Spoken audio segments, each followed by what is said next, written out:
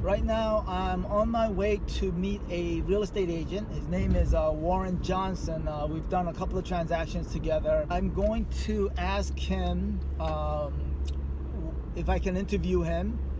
He doesn't know it yet, so we'll see how that goes. And I also wanted to kind of pick his brain with regards to what real estate agents are doing at this point with the start of the year.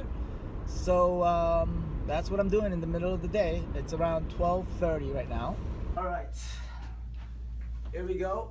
All right, I am here with Warren Johnson.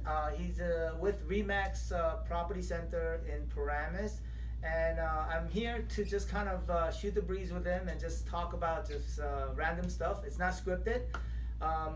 So how long you been in the business? I got my real estate license 2010. 2010, so you're talking about 8 years? Yeah, 8, not going on 9 years. So what did you do before then? A couple different things. I was a project manager for a construction management company that just built banks. I owned a limousine company and a restaurant. All right. And then ended up in the real estate world. Okay. And did a little real estate investing too. That's what kind of put me in the direction of getting my license. Was it somebody that kind of you looked up to, that you decided you wanted to become an agent, or? Yeah, actually my uncle's been in the business like 25, 30 years. Okay. Was always kind of around it, seeing how he did things, and always loved, hearing him talk, and always new experience. And he was encouraging me to get my license when I turned 18, and I didn't. I probably should have. Okay. We probably wouldn't be here right now if I did. And the reason why I wanted to interview is because when you look when I look at professionals, and when I work with them, I like professionals that do what they say they're gonna do, Mm-hmm. very prompt, and so that's what I liked about you. And so I thought I was gonna interview you. What is the most difficult part, I guess, of being a real estate agent?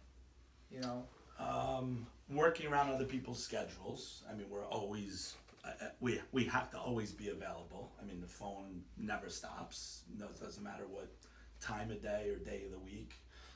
My favorite is when people say, "Oh, it's Friday. Thank God." Means nothing in To an our agent, world. right. It actually. Arguably the busier time of the week is Saturday and Sunday between open houses and showings and whatnot. Right. So that's always a challenge, kind of juggling your time, but I love it. I mean, and I love the fact that there's always, every transaction something new, and every time you think you've seen or heard it all, here comes tomorrow and something else. Yeah. So is there because specifically for me, balance with work and family is really important. Absolutely. I mean, is there certain boundaries that you set for yourself? I try. My wife is the. I hear you.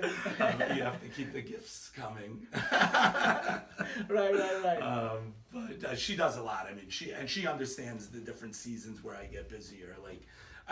We have an ongoing joke. I'll see you in the winter once spring and summer comes. Yeah, spring is the most busiest season, Yeah, right? for sure. Yeah. Going into the summer too. Yeah. So going into 2019, now where do you see the market, going, as you see, with dealing with buyers and sellers in this market? Okay, so coming off 2018, spring and summer of 2018 in particular was, bidding wars, multiple offers, going over asking price. Interest rates were climbing, and the rumor that they were, Right. I think, was also, buyers were more anxious to enter into the market.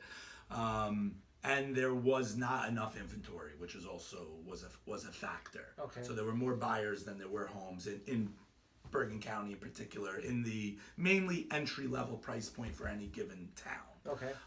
That still seems to be the case. $1 million plus homes, there is inventory, but the entry level, when I say entry level for any given town, where Maywood, Fair Lawn, Saddlebrook, something like that, is around 400, 350 to 500, where in Paramus it's 600 to 750. Those homes we're lacking inventory. Interest rates have kind of leveled off. They're even a little bit lower in the last 60 days. So I think going into the spring, I'm expecting similar market as to 2018.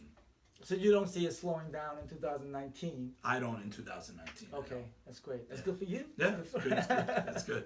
Yeah. So another thing I wanted to ask you, because this is I didn't script this at all. For any new agents that are watching this, I mean, you've been in this business for 8 years.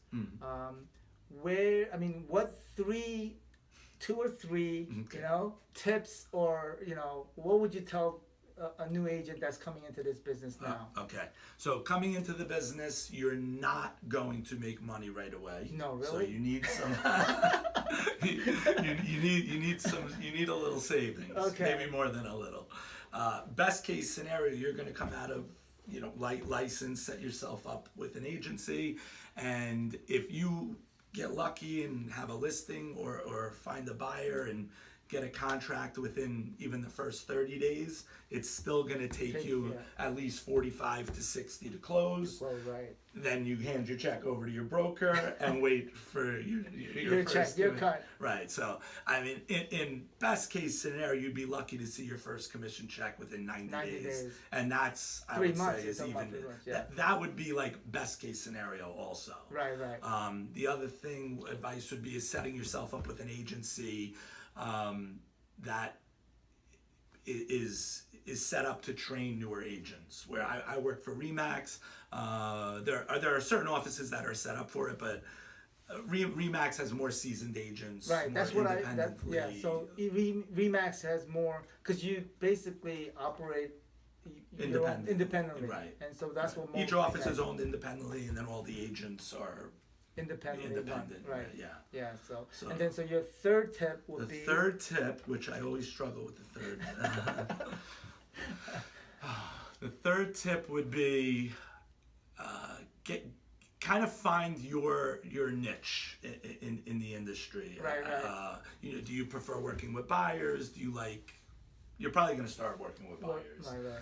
But you'll find your niche in the industry. And I got to tell you, from my point of view, when I talk with an agent that says they do all of New Jersey, is that really? That's if I yeah. When I have clients tell me I'm working with an agent that selling my house in Cape May and I'm buying a house in Paramus, I say no. Right. We can. There's no way an agent knows the whole state of New Jersey. Right. No way. But let's say even Bergen County, I think you're talking about a huge county. It is a huge county. I mean, you are going to kind of find your area that you know best. Right. I think we have a tendency of finding the price point that we're most comfortable, and you go from there. I guess one other thing too is, as a new agent, is you probably want to find a seasoned agent to shadow or start working directly with, because that's really where you're going to learn the business. Is there somebody you learned from this business? My uncle, Your uncle? for the most part. All right. Because coming out of being licensed, what they teach you in school is, you're not going to know how to write a contract or negotiate, and they always have continuing education classes that I would take advantage of through your. I'm a member of RealSource, so they always provide, and they're all online courses now too. But highly would encourage you to keep up with continuing ed. All right, sounds good. So the reason I interviewed Warren, so I gave you 4 there. Just all right. On that note, if people want to contact you, what's the best way to contact you? My cell phone. All right, and your phone number is? 201-747-3041. Text, call, or my email, which is buywithwarren@gmail.com. One last thing before we go, one memorable tidbit of information that a lot of people would not know about you that you can share. Something that's about my life. anything. Could be life, can be something, you know, trivial. Okay. I can tell you an interesting story is something that happened to me. Sounds good to me. So this, in 2001, a good friend of mine, we would take our jet skis after work and go in the Hudson River, which a lot of people thought we were crazy to begin This was with. when you were single. This was when I was single. That is true. All right. 'Cause I can't imagine myself doing that in the Hudson right now. And one day we were headed down. We would always go downtown because the ferries, and we tried to, you know, being crazy young men, I guess you could say. And a big like yacht pulls up next to us and asked if they could take some pictures of us. Okay. We do it. Think nothing of it. Coincidentally, we end up going on vacation together several months later. His brother picks us up from the airport and says, "Do you guys know you're on the cover of New York Magazine?" No way. Yeah. Nice. And what makes it kind of special is it was 2 months after the World Trade Center towers came down, and they're in the background of the cover, and that's actually the cover right there. Oh, nice. Yeah. All right. Me and my maniac friend Jimmy in the Hudson River. Was that you on the left or the right? That's me. On the and right. That's Jimmy. I see the muscles. Yeah. All right.